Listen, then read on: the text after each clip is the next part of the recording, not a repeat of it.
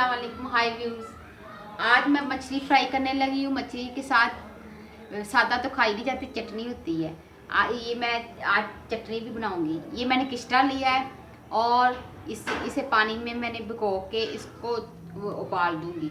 ये किस्टा, ये खुरमानी खुश खुरमानियों का है ये। अब मैं इस चूल्हा चलाऊंगी।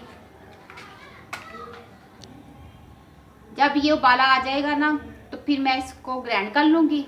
तो फिर इसके अंदर मैं मूली और खट्टी इमली और नमक और काली मिर्च में डाल लूँगी। अभी ये उबाला आएगा इसको। अल्हम्दुलिल्लाह मेरा किस्टे को उबाला आ गया है और नरम भी हो चुका है। अब मैं इसको ग्राइंड कर लूँगी। अल्हम्दुलिल्लाह मेरे किस्टे को उबाला आ गया था। अब ये मैंने ग्राइंड कर लिया है। अब मैं इसको एक बोल में निकाल दूँगी।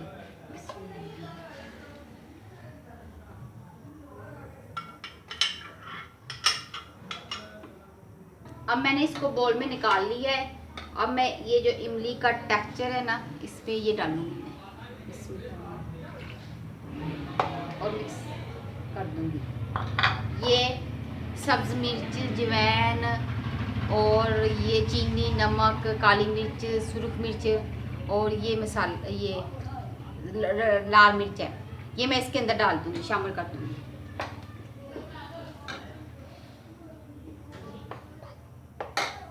सारा मैं इसके अंदर शामिल कर दूंगी। और ये मूली है, ये भी मैं शामिल कर दूंगी इसके अंदर और इनको अच्छी तरह मिक्स कर दूंगी। इसमें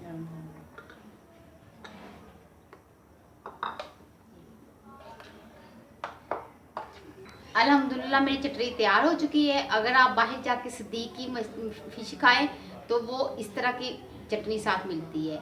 और ये अल्हम्दुलिल्लाह ये चटनी हजम जल्दी कर देती है फिश को।